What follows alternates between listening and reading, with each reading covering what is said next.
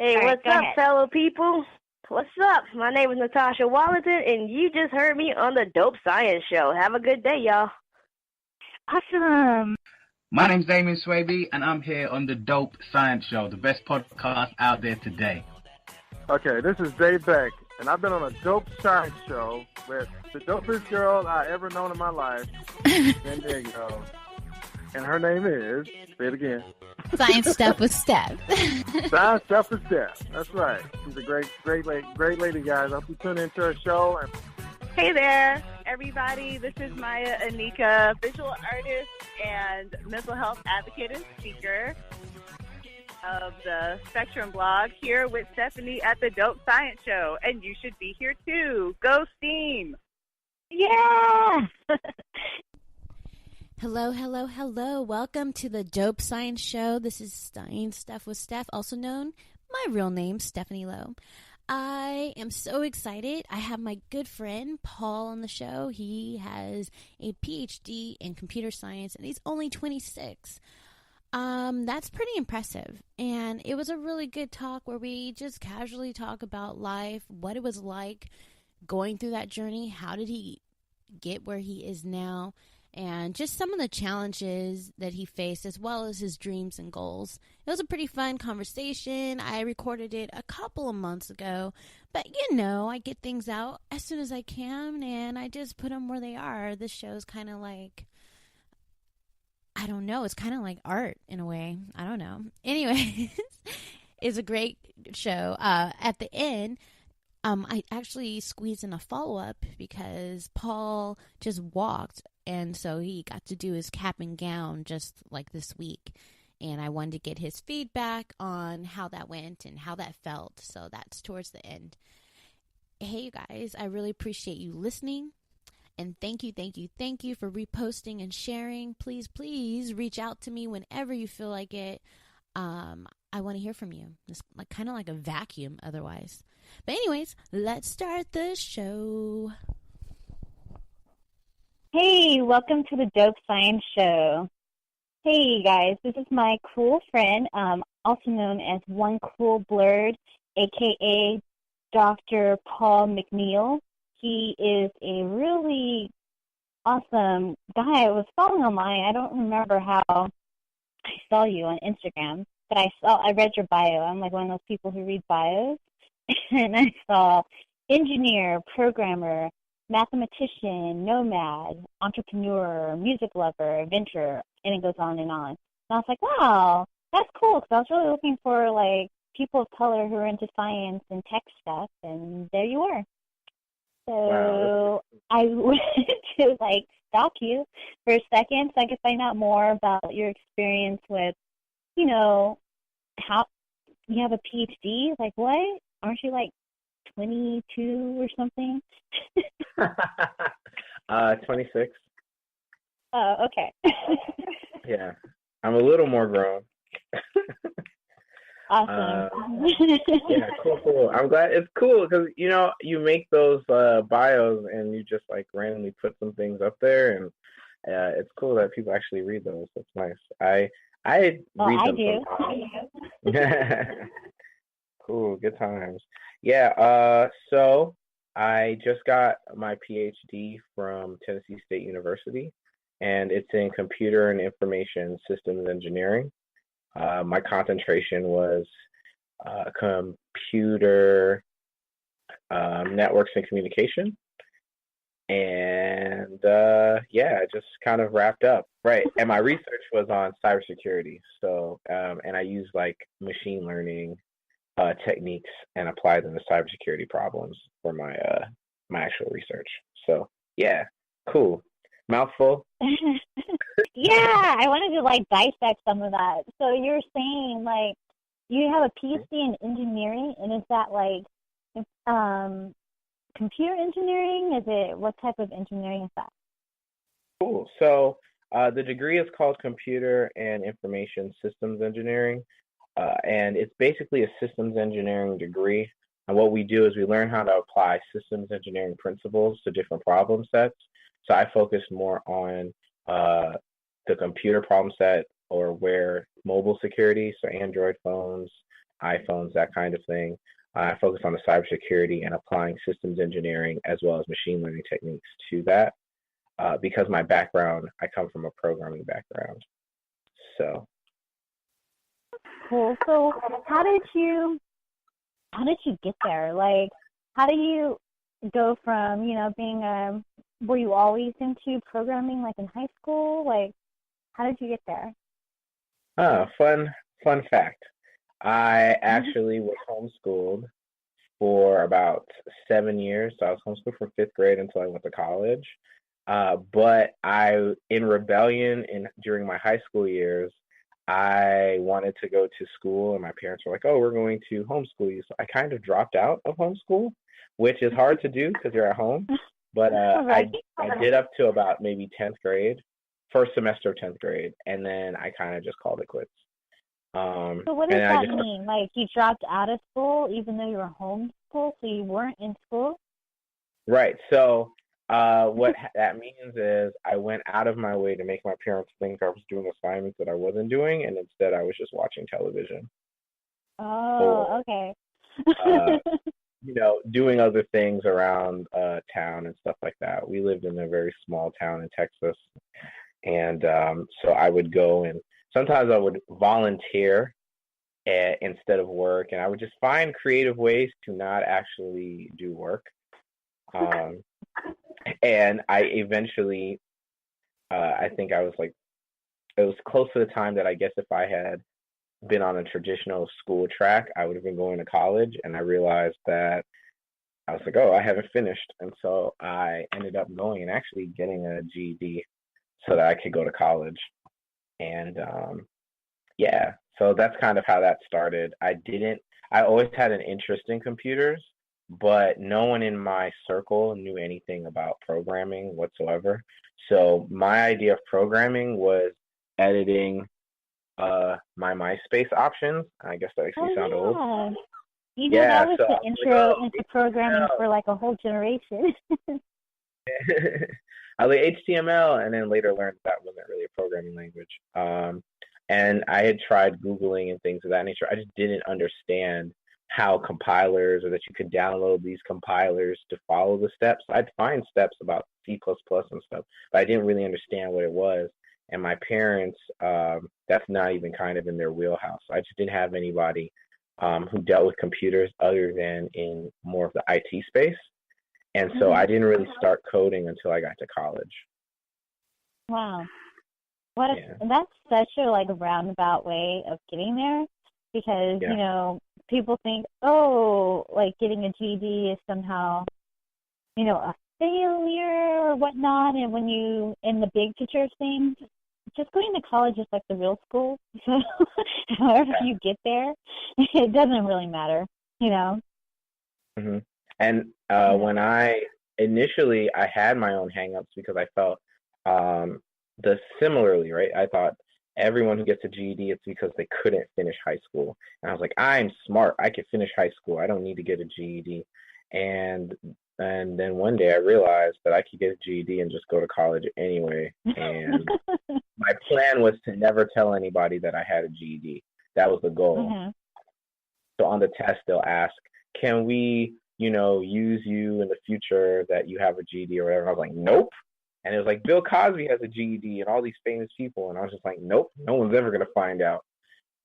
And now, I mean, it really doesn't matter once you get into school and you really just apply yourself and you perform. People look at that performance. It doesn't hold you back at all. It's definitely a solid option. That's awesome. What a great story. That's so cool. I kind of just found my way in college too, but at least you were seemed like, I don't know if you felt like you had nothing better to do or it was just like you had a clear goal. For me, it was more like, I didn't know what else to do. I'm just going to go to college. Yeah. So in my family, everyone kind of goes to college. And so it was one of those things where it actually wasn't until around the time when I guess I would have been graduating or when I was getting ready to go to college that some of my friends were not going to college. And I didn't know that was an option. In my house, from really little, you just knew you were going to go to college. probably go and get a master's. It could be in whatever you wanted it to be. The PhD was optional, but it was kind of understood that you were going to go to college and you're probably going to get a master's in my house. Like that was just kind of the norm. And That's so, pretty cool. Yeah. I think because, you know, it gives you a framework of expectations that at least should be getting you a more stable lifestyle, you know, which is what everyone's striving for. Yeah, I guess. Yeah, I think so. I mean, because for me, then it became a thing of, oh, what am I doing after high school? I already know. It wasn't, I didn't have that much. The question I had was, what would my major be? What would I do? So I actually picked my freshman major out of a hat. So, yeah. I wrote down on pieces of paper the 4 different things I was interested in, and I think I did the best 3 out of 5. And I shook up a hat and I pulled it out. And so my first major in college was computer science, and I was like, okay, I'll minor in math. What a great way to make decisions. I think so. Indecisive. Like, what a great way. Like, I pulled this. This is fate. This is what I'm doing. Yep. I'm going to 3 out of 5. Well, because at the time I was really interested in law. I also thought about being a doctor. And then there was, you know, computer science. And so I thought that those were going to be really amazing things. And I couldn't decide. And so I thought, well, I'll pick something out of a hat. And then if I don't like it, I'll just change my major, you know, the next semester. But at least I'll take some classes towards, you know, one of them. And I got. Go ahead. Mm-hmm. No, go ahead. No, sorry. I was just going to say that. I'm just saying that one little thing was like a life-changing moment for me. Like whenever someone says something, I'm like, oh, I'm adding this to my life notebook. I'm like, oh, that's what we do now. Yeah. From now on, if I'm having trouble making decisions, it's going in a hat. I don't know that I would recommend that for anything. I was probably 16 or 17 when I saw it on television. I'd seen it on some episode again. I was like, oh, yeah, people do that. Why not do it now? So it was one of those. You saw it on TV? Yeah. I saw it on TV growing up, and I think a rerun or something came on, and I remembered that. It was like, oh, people do sometimes pick things out of a hat. Why not? And I was like, that would be a really funny story if this ever actually becomes a thing. And so I just pulled it out of a hat, and I kind of ran with it. But for me, at that point, I just wanted to be at school, so I wasn't really going for education per se. I was really just going to be around people and hang out. That was my main goal when I first went to college. And when you got there, did you feel like, this is home, I fit in, this is like, you know? Not at all. So I was a very shy person and very to myself. A lot of homeschoolers have the stereotype of being very quiet and awkward, socially awkward, and I filled that stereotype a lot going into college, to the point where, like, the first day I was getting ready to go to breakfast the first day of orientation, and my roommate hadn't moved in yet, so I had the room to myself, and it took me like 30 minutes to come up with 3 questions to ask strangers, because I just didn't talk to people that I didn't know. And I knew it was something I wanted to work on. And so it was something I had to consciously decide that I was going to improve on. So I completely relate. I wasn't homeschooled, but I definitely didn't talk to people until they talked to me first. And that could take forever. Yeah. And I went to college, so I went to an HBCU for undergrad, and my family will go there. Generally my family, it's kind of like a legacy thing. Yeah, HBCU, historically Black college or university. So I went to Oakwood University. Oak Ridge? It's Oakwood, like the tree, like Oakwood. Yeah, and it's in Huntsville, Alabama. It's near Alabama A&M. That's Yeah. awesome. So my family kind of everyone. HBCU. Sorry, people. I'm sorry. I was gonna say they say that the majority of all like degreed people of color and Black people especially come from HBCUs.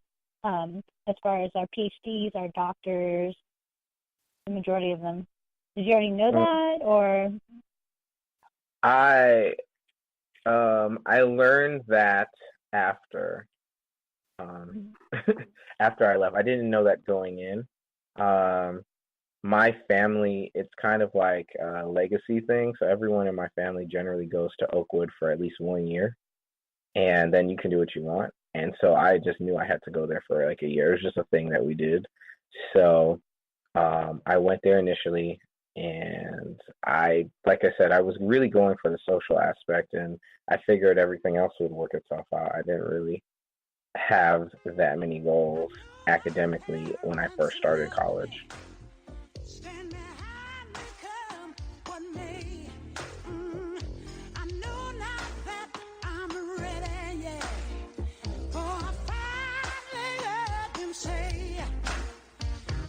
Different world, ooh, and where you come from. The city is now, yeah. Here's our chance to make it. Hey, and if we focus on our goal, you can decide, we can take it. Hey, just remember that you and too. It's a different world. It's a different world. It's a different world. And where you come from. Yeah. It seems like the whole tradition thing really helps you a lot. That's cool that you guys have that. Like, I guess everyone has traditions, or legacies. And you're just lucky that your legacy was like, oh yeah, everybody goes to college. Yeah, everyone goes to the same college because it, a great place to go and get started as an adult in life. It's kind of it makes it more understandable how you're like, oh yeah, I got a PhD in engineering and I'm like 26. So I would say for you, maybe but I wouldn't say it was easy. I mean, you got a GED because you weren't into like, I don't know, the homeschool aspect, and then you decided to go to college, and then, you're like, oh, I'm going to go do this in regards to computers.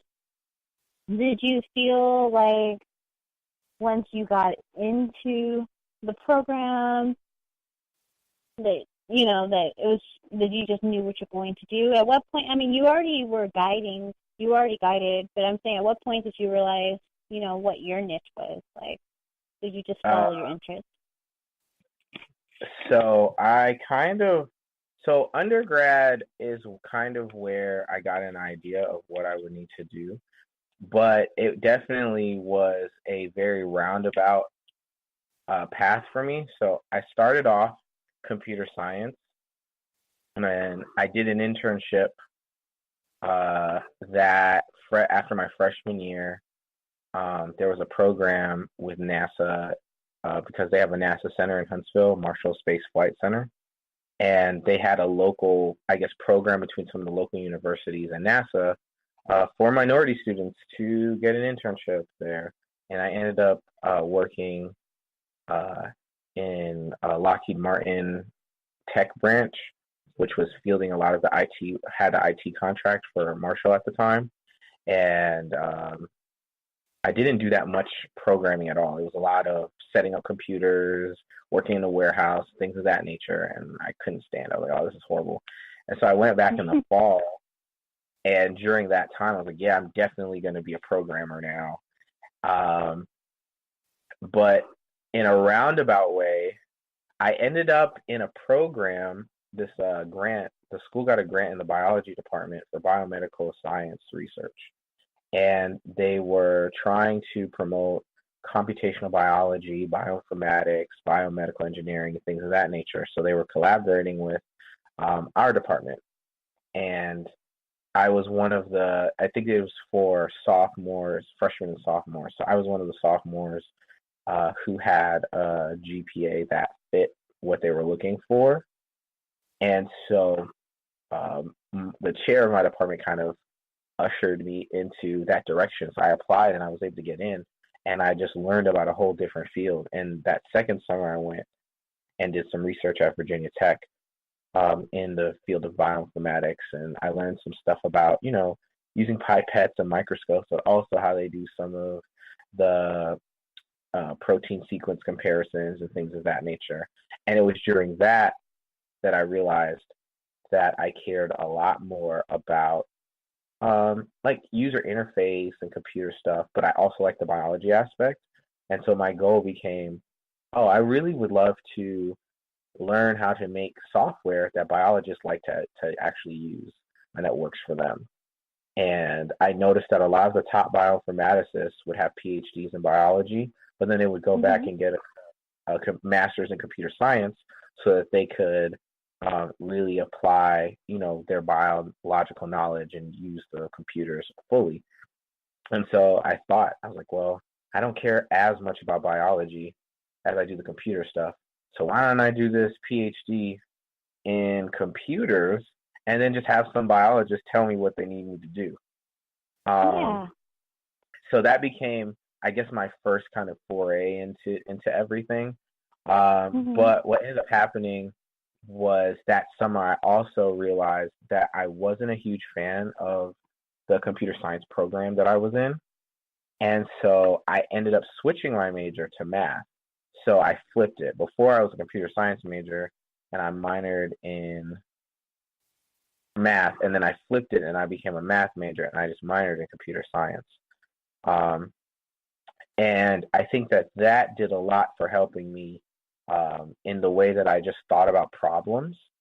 Mathematicians think about things in a very different way than computer scientists, and both of those also think about problems in a different way than an engineer does. They have a lot of similarities, and many people will say, if you're good at one, you're good at the other, but the thought processes are different. And I would learn that later on, like as I went through these different degrees. I've heard that before, because the thing about math is once you learn the concept, most of the time you're not spending your time doing the calculations, because there's software that can do that for you. It's more understanding what the problem is and what frameworks you should use to solve the problem, And then so with programming, it's the same scenario. But as a programmer, having that math, it trains you to think as a problem solver, and it probably helps you with recognizing and developing like patterns,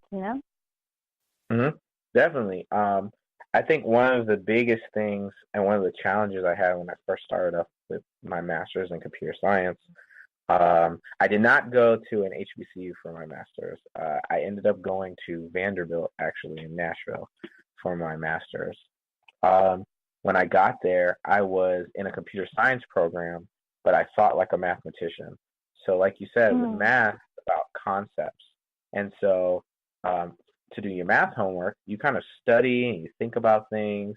And then when you're doing your assignments and your proofs and stuff, if you can show that you have a firm understanding of the concepts, you can usually get a decent grade.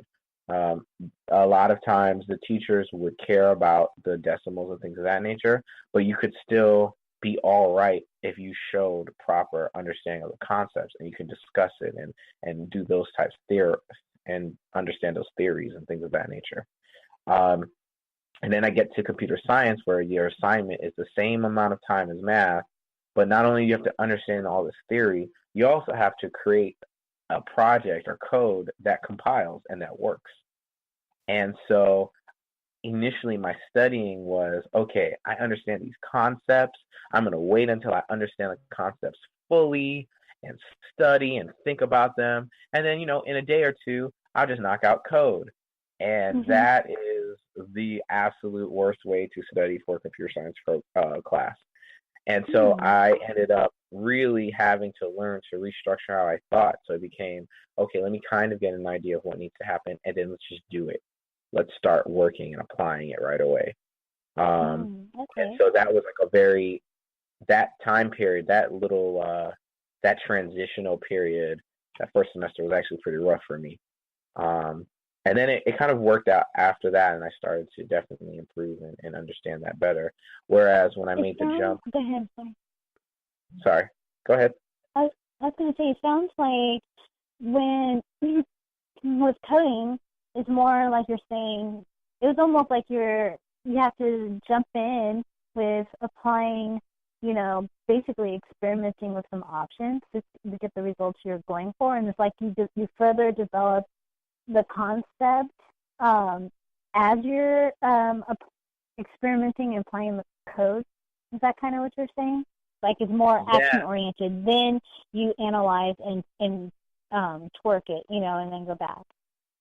Right, because when you're learning, a lot of times it's one of those things where you need to have a kind of an understanding of what's going on, but you also have to understand that there's a lot of debugging, because you could have the concept down really well, but you also have to make sure your format's correct. So I may understand this concept, but it'll be like a semicolon that throws off the whole code. Now it doesn't work. Why? And you have to spend your time looking.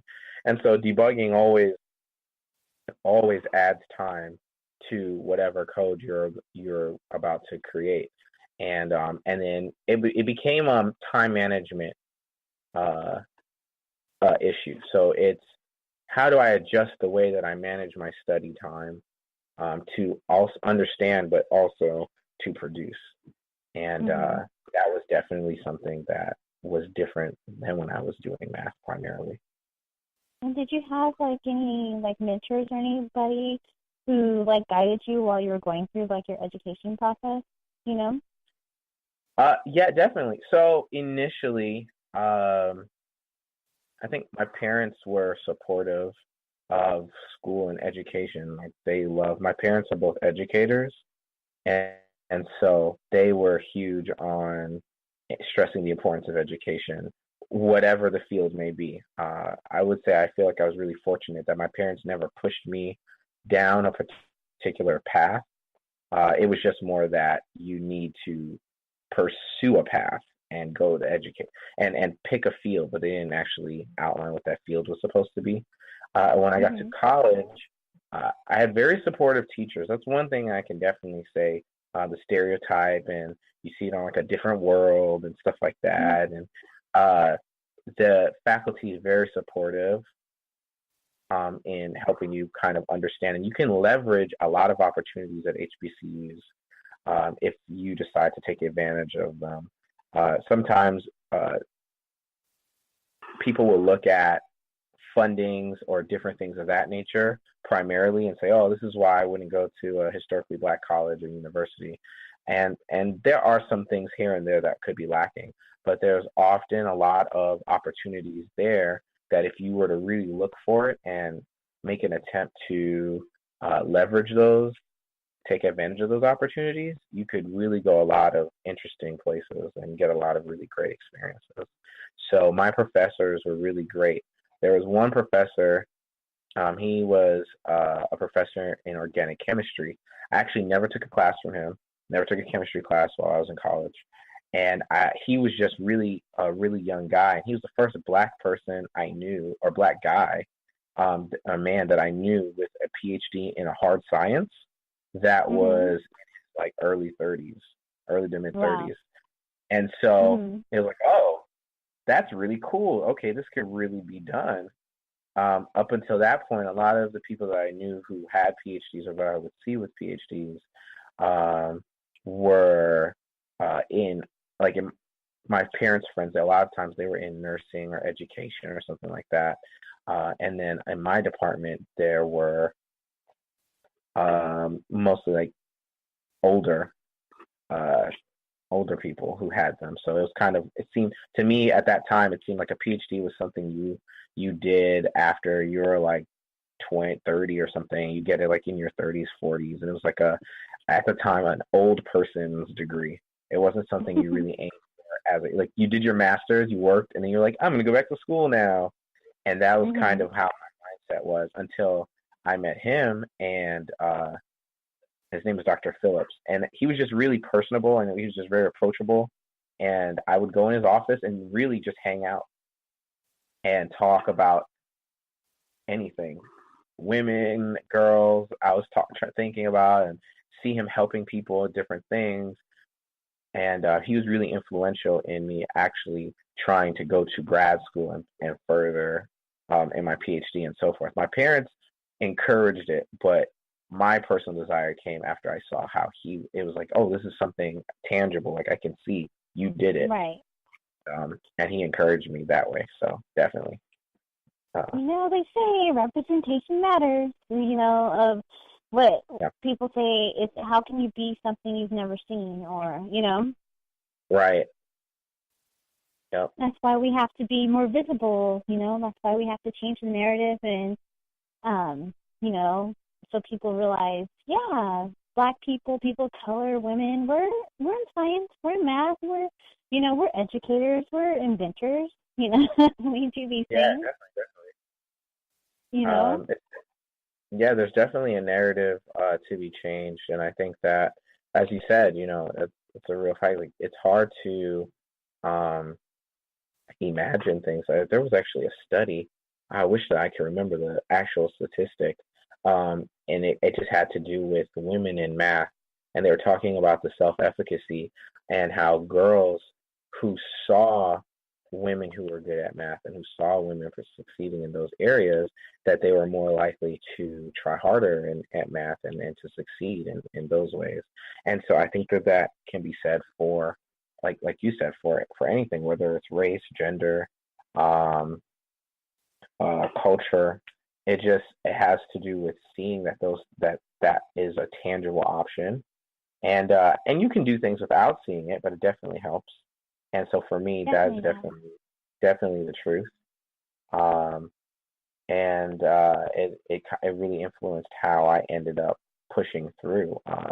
Because I knew I wanted to be stronger in coding, that's why I went straight through to the master's. And then once I was in and I got further, I guess, exposure to the world of research and academia and also peer pressure. That's something that I don't know that as many people will say influences their decision to get a PhD or become a doctor. But because I was a part of that biomedical program in undergrad, a lot of my closest friends were going to med school or dental school. And one day I realized that most of my friends in the future are going to be doctor, and I will be the only mister at the table, and I don't want to do that. I love it. And so then it became, okay, well, I don't want to go to med school. I don't want to go to dental school. I guess I can do a PhD. I guess that's a thing I can do. So a lot of my things have been very roundabout or very, let's just see what happens.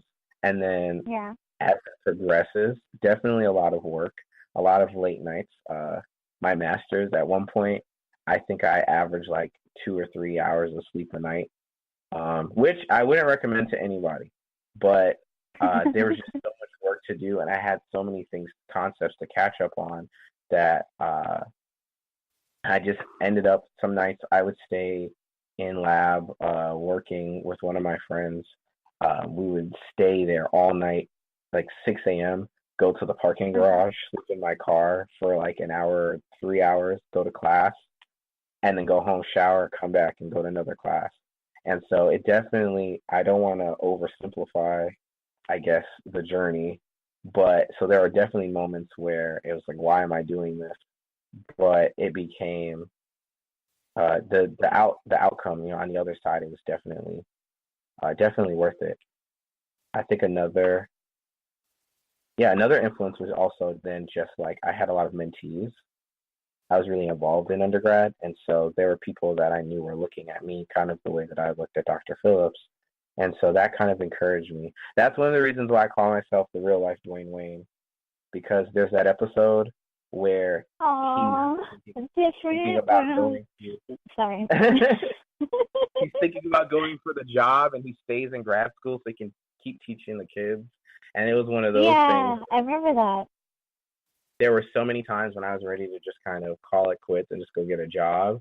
And then somebody who was still at Oakwood would contact me and say, man, this opportunity just came up, and every time I see your Facebook post or I look at your Instagram, and I'm just like, oh, I can do it too, and I can't wait to like try to get my master's also and things of that nature. And that definitely kept me going when there were times when I was just like, yeah, I'm done. I don't need to do this. Why am I here? So definitely You the know community. what? The community definitely is like your peers. That whole thing, you are the average of the 5 people that you spend the most time with, you know? So if all your peers are going to be doctors and you're sitting at the table like, I don't want to be the only doctor. And then you're like, all right, let's do this, you know? And even though it was hard, you know, you had sacrifice, that's just part of the journey. Like, accomplishing it, don't you get a high? Don't you get, like, you know, a sense of, like, you know, the challenge is actually fulfilling, even though it's a struggle, you know? Yeah. Or at least that's how I see things. No. When I'm in the struggle, not at all. After the struggle, it's fulfilling. After the struggle. It's the hardest thing ever. And it's one of those things where they'll say, oh, the years will fly by. 3 more years, 4 more years. It's not that long. Trust me. And then you start the first semester and you felt like the first semester lasted 2 years of your life. I think that a lot of times we romanticize the struggle on the other side, which is cool. But I vividly remember my first semester in grad school and how long it felt. I can say now, looking back on, 5 years from when I left, I can say, oh, it didn't feel like that long at all. The time flew by. But when you're actually in it, oh man, it is the longest thing ever. But once you persevere and you continue, just it works out. It works itself out. And I definitely think that if that's your goal and whenever you're able to accomplish a goal, it definitely feels amazing. Did you suffer or experience any like depression or anxiety while you were in school? I mean, yes. That's one of the biggest challenges in life, period. But when you're like trying to accomplish something, it's even, more poignant. Yeah. So I definitely, I think I just did experience a little bit of depression, but I didn't know that that's what I was experiencing. So until later. And so I've always just kind of been a relaxed kind of guy. I mean, I can be intense about what I'm passionate about, but for the most part, I kind of just try things and see what happens. And it got to a point where I was just didn't feel like that the outcome of all of my efforts was matching the level of effort I put in. And so that kind of, I didn't realize, put me in a very like low place to where, I was just like, oh, I don't want to go to class today. And well, I'm just going to lay here an extra day. I don't want to get up. And there are a lot of different things that I was dealing with at that time. But I just thought that, it just had to do with me needing to be more disciplined or something. And I didn't think about it until later. I was having a conversation with some friends, and different people were saying, I've been really depressed lately. I don't want to get out of bed. And in my head, I'm like, oh man, that's horrible.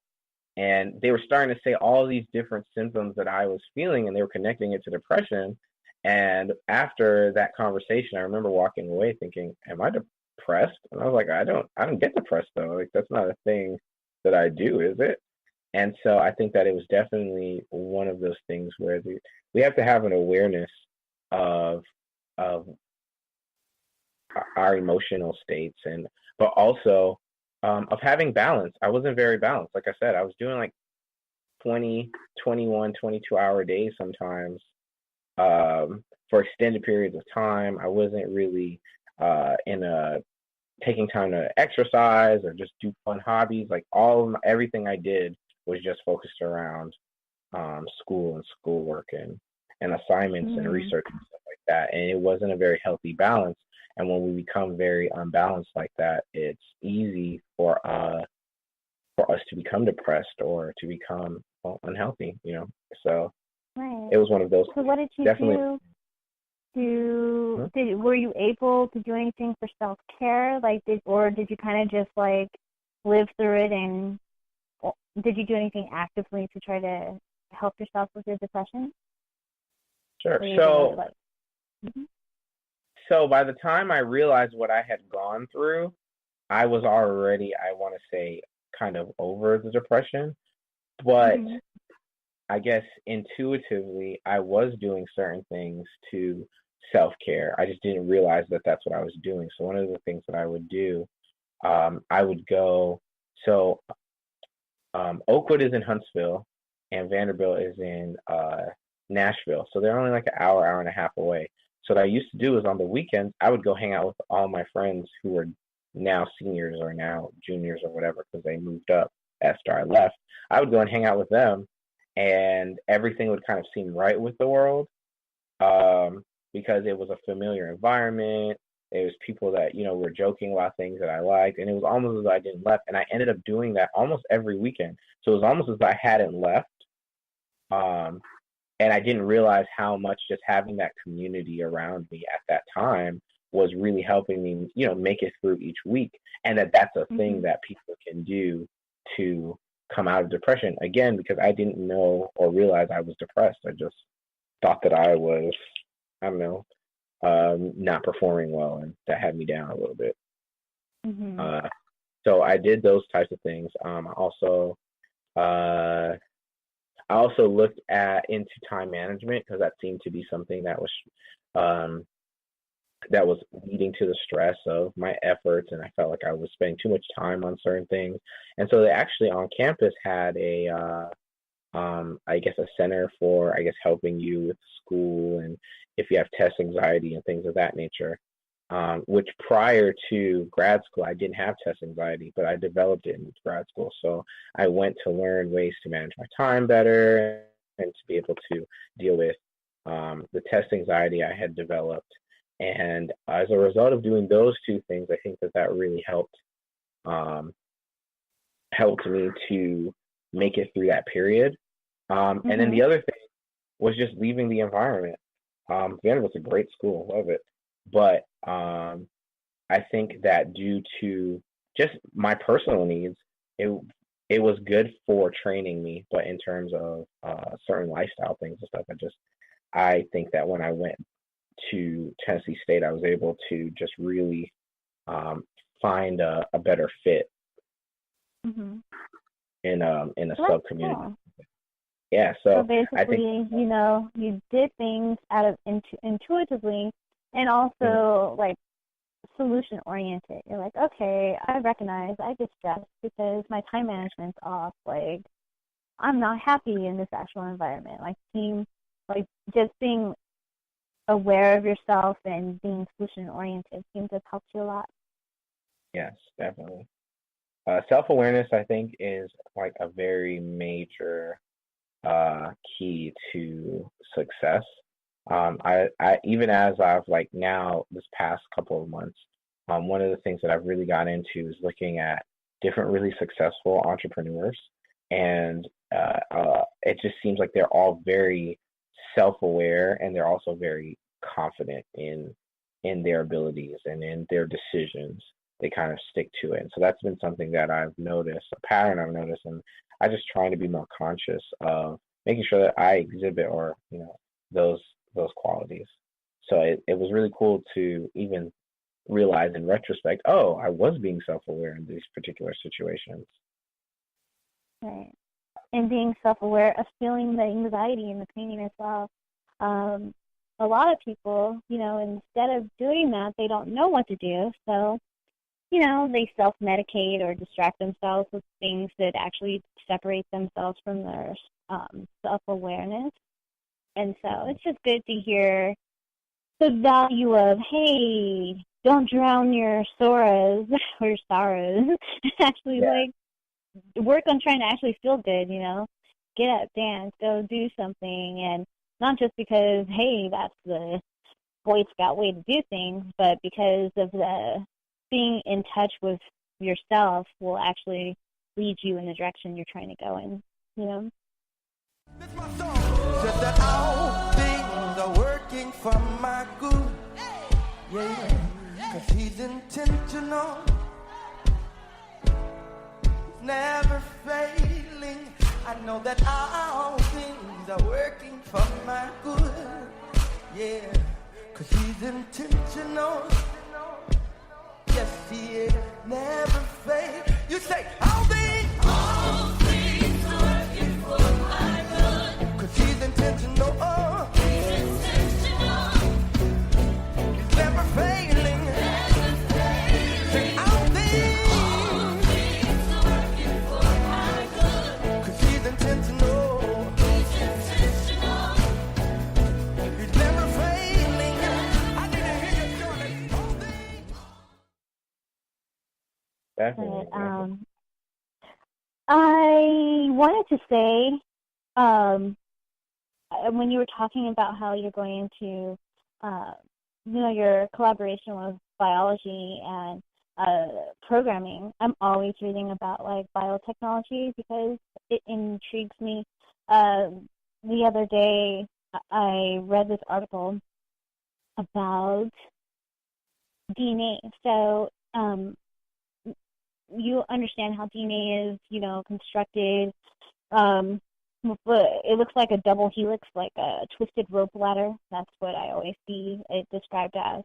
And if you can visualize that. And then those forces that hold the rods and the ladder and the helix or two sides together are hydrogen, as well as forces that are moving in parallel and perpendicular directions. Anyways, long story short is they were finally able to observe those forces at a cellular, or I don't know what type of level, but super, super small scale, and they were actually able to measure them for the first time. And they also observed that the forces spontaneously break apart, and then the DNA is open for a second, and then closes, milliseconds. And they haven't figured out what pattern, so it seems to be spontaneous, but of course there's some sort of pattern. And the reason why that's cool is because they want to be able to use those mechanisms to make, build nano machines that are, bio machines. Yeah. And so there's someone who has to write the software. So they have to write software in order to program these machines to build and interact the way they want to. Mm-hmm. So in the future, you never know. You might be building mutant spiders. You'll be doing the interface of, okay, I don't want, you'll be doing all kinds of things. Maybe you'll write a program that kills cancer cells or something like that, and you'll tell the DNA, hey, break it apart here and do it here, and so on. Nice. That'd be dope. It would be dope. That's really cool. Because and it's so interesting, because I haven't read that particular article, but I do know that even in cybersecurity, the relationship also goes the other way, the inverse, in terms of a lot of times when you look at viruses or solutions to viruses that are out there, people will look to nature, to biology, to kind of figure out ways of spreading, their virus, or to trying to mitigate it in code. So there was I think there was a study that I read maybe a year and a half ago, where they were looking at the ways that bees spread pollen, and I believe they were using that similar approach to spread a virus. I think it was in terms of how bees spread pollen by taking some from something a little bit from here and taking it to the next flower, and what is that called? Is it cross-pollination? Mm-hmm. And so kind of doing a cross-pollination attacks within, I can't remember if it was in terms of mobile or actual desktops, but that was something where I thought that was really interesting, that they're looking at nature and kind of mimicking those patterns. And so I think it's really interesting. I think it's going to be a really wonderful um, uh, symbiotic relationship between those two fields moving forward. Definitely. And the more we know, the more to me, it seems like the more it's like it blurs the line between what we consider natural and what we consider man-made or artificial. Because once you're able to build things at a biological level from DNA, there's no way to undetect, what's natural from what isn't unless you're able to do some sort of analysis at the DNA level. And the fact that nature so closely resembles the things that we're able to build now, it's all, to me, because I always end up going down like the rabbit hole of thoughts, it makes me think, well, science over and over to me proves or argues that there was some sort of creator that created things, because if we can do it, something had to have done it, something, and I can't say what or who, with any clear certainty because, I'm just a human, but to me, to me, it's like it comes back over and over, and we're like, oh, see how perfect nature already works? And then we kind of are just copying what we see in nature and applying it to different things. You can create a virus, and then we have viruses that we see in nature. Like, at what point, what is natural and what isn't, Wow, yeah, it's really interesting. I definitely I think that there's intelligent design definitely, and yeah, no, that's a really interesting thought. Yeah, I just thought about. I think about that kind of stuff because artificial intelligence is something that I think about a lot, as well as just like bioengineering and writing a program that translates into some sort of biological form. And biological doesn't necessarily mean living, breathing. It just means make some DNA. And wood is a bio matter. So. But yeah, so that's what I was thinking about. I'm kind of rambling, but before we end the show or anything, I always like to ask people, what 3 songs would you want to use to be the soundtrack of this podcast? And you have to tell me right now. What 3 songs would I want to be the soundtrack of this podcast? Yeah, this episode. For this episode, based on what we've talked about, or based on whatever comes to mind, like what feel do you want to have? So there you go.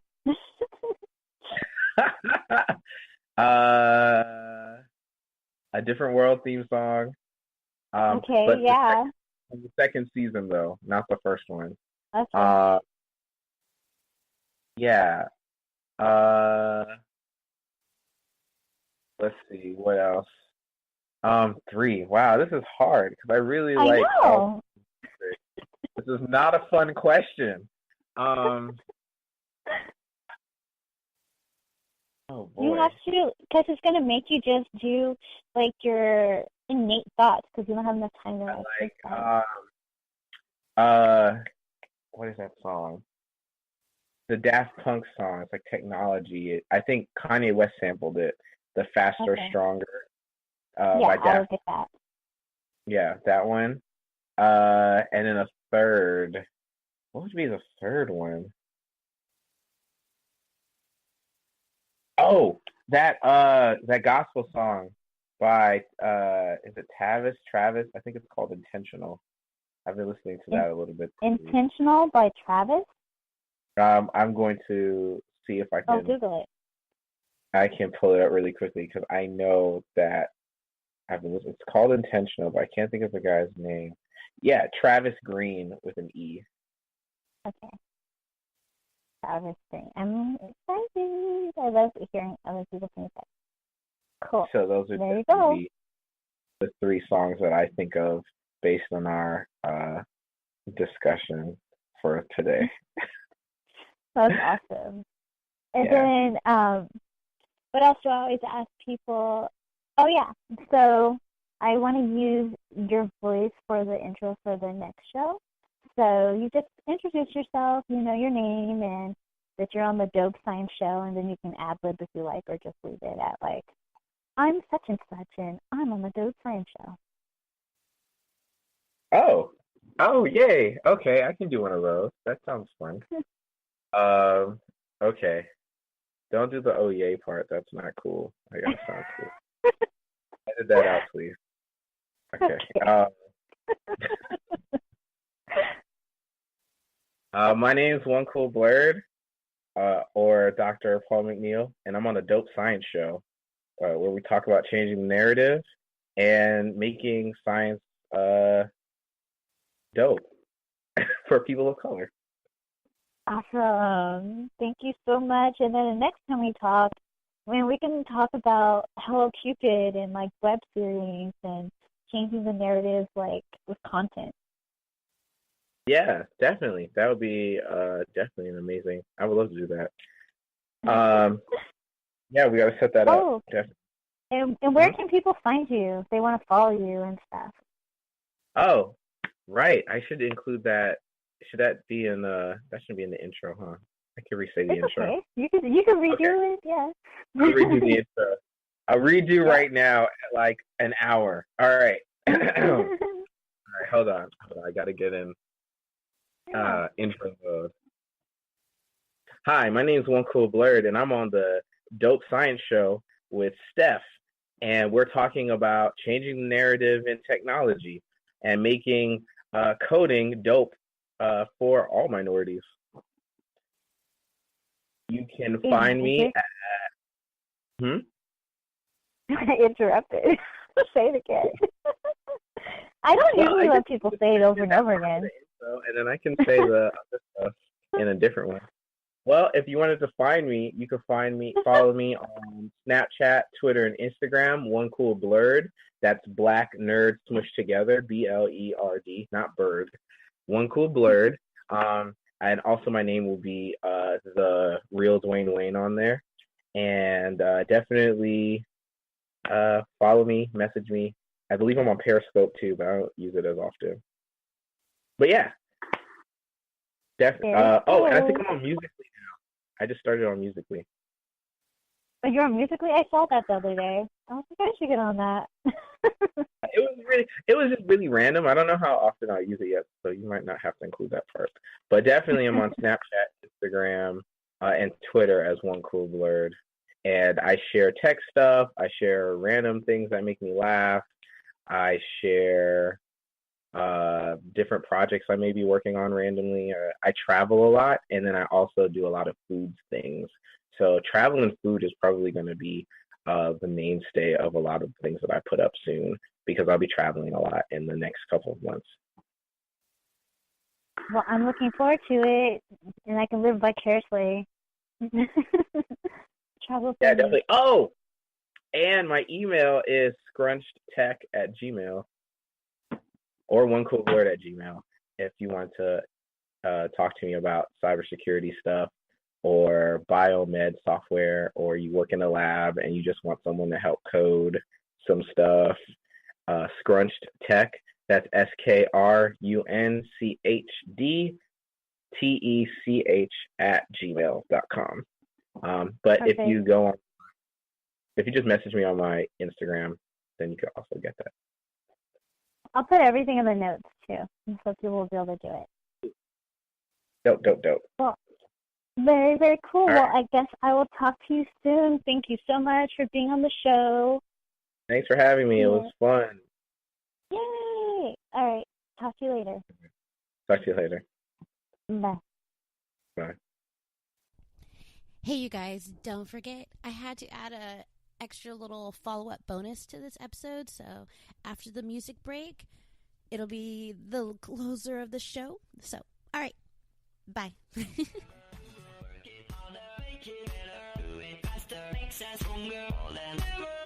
After hour, work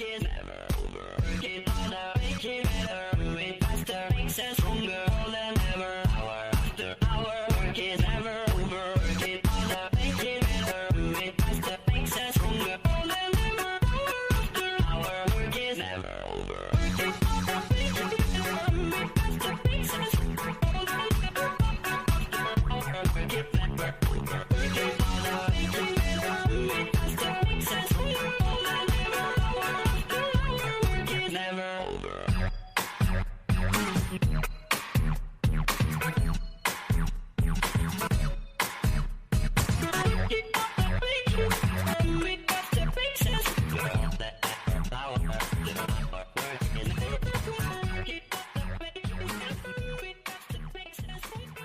Hey, are you there? Hey, I'm here. What's going on? You sound great, so crystal clear. Yay!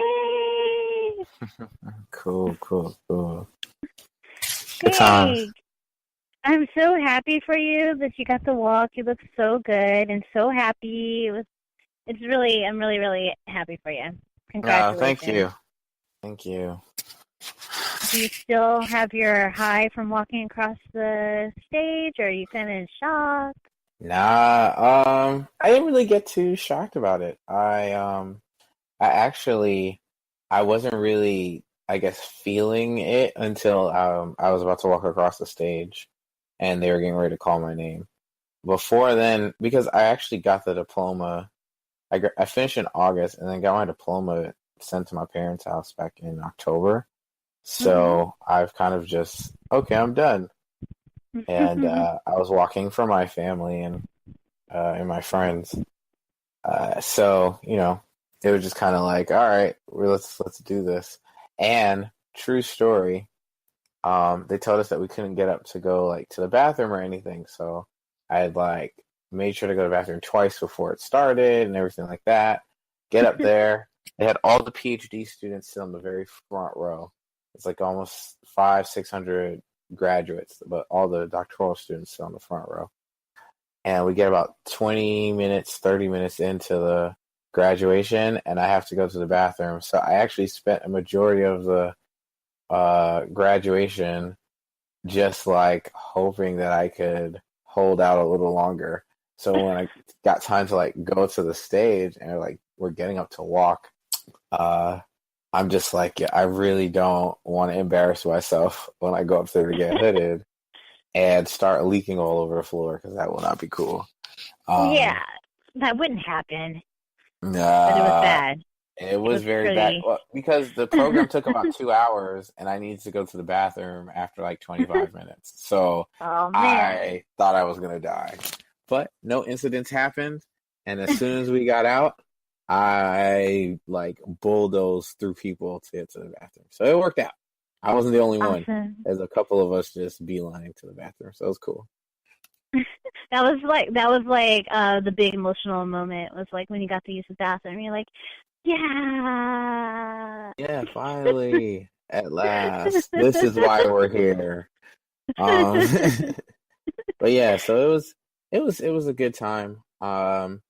They didn't really stream it online, which I thought they were going to. So I had shared the link where they normally stream it. So that wasn't cool. But my brother actually did a Facebook Live Aww.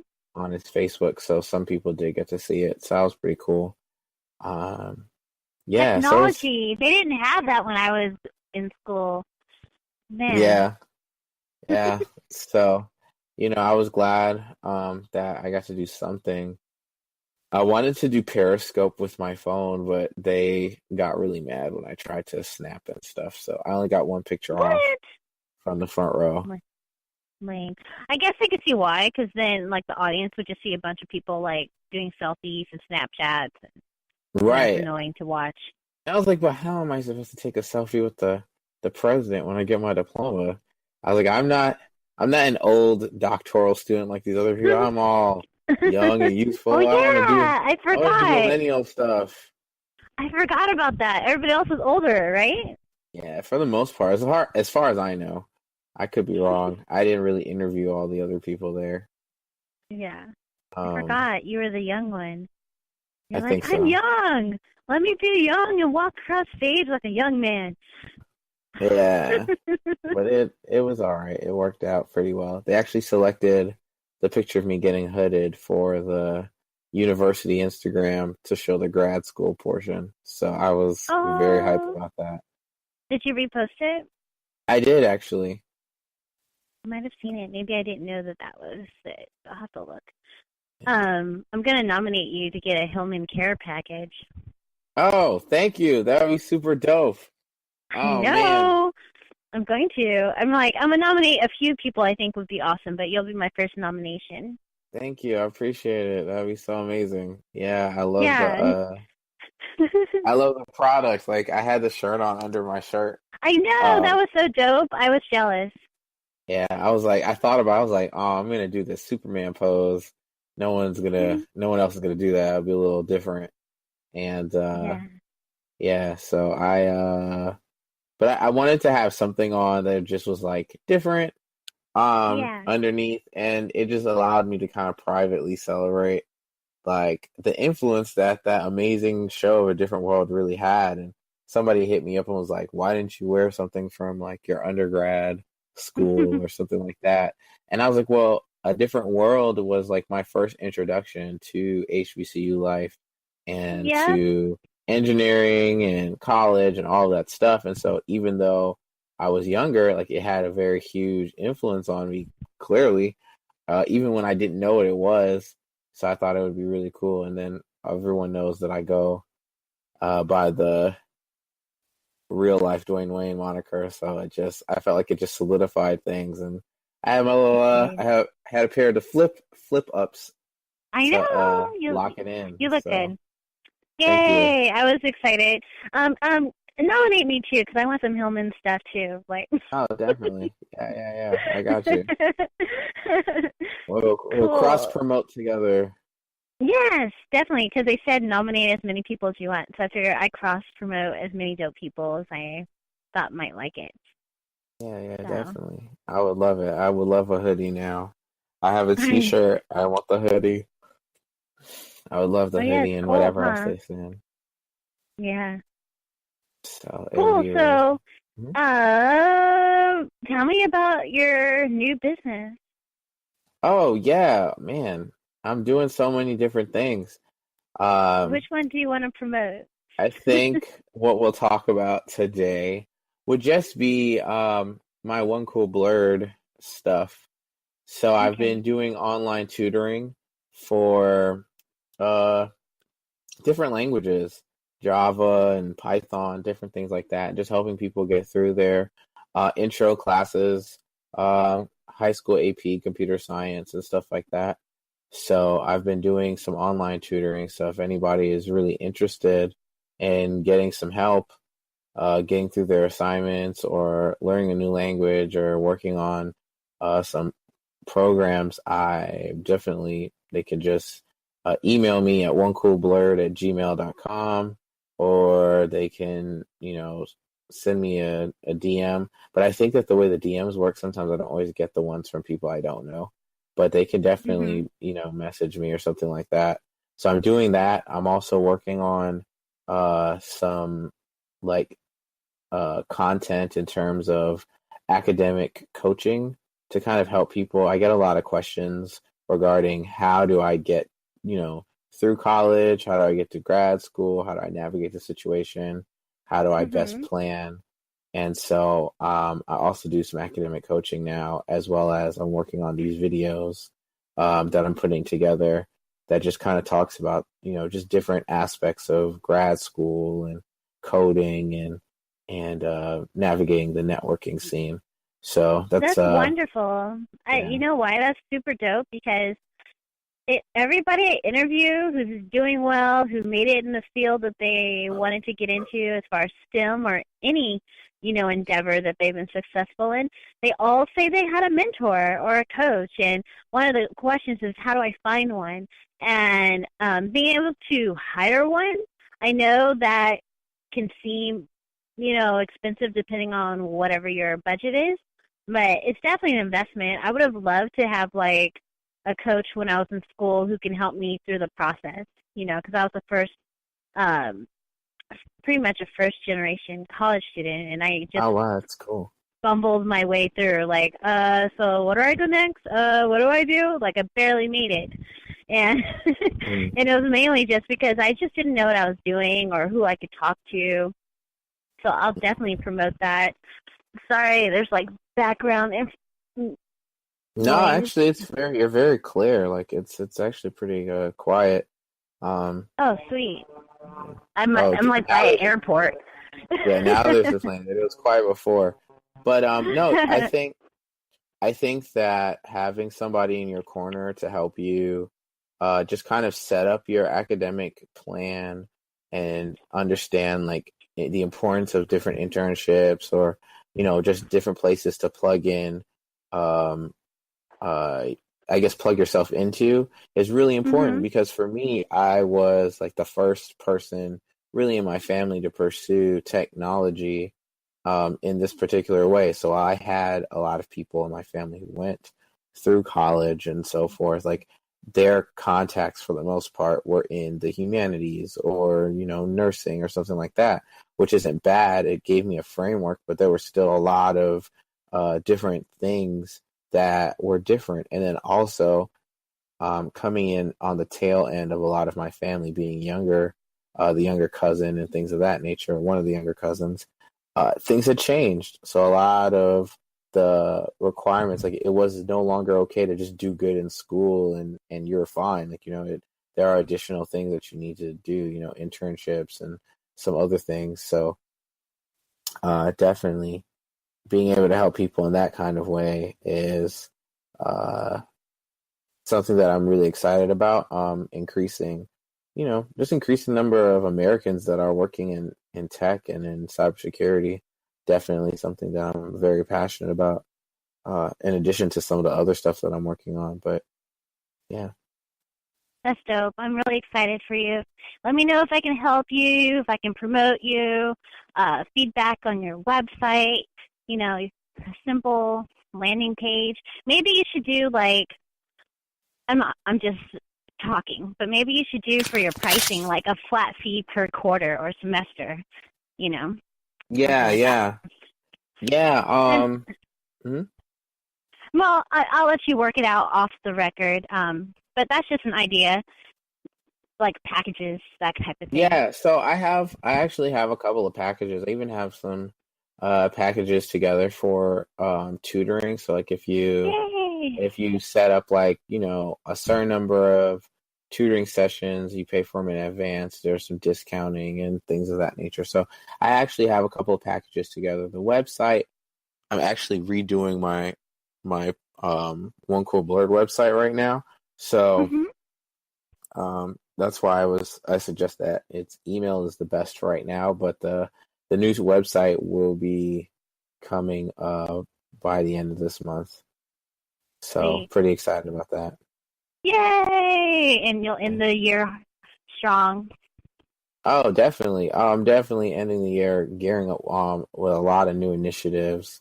I'm gonna have a little web series thing coming out soon, like those video clips, and it should be really fun. And hopefully, you'll be able to be one of my guests. So I'm pretty hyped about Yes! that. I'd love Yeah, to. cool. Good times.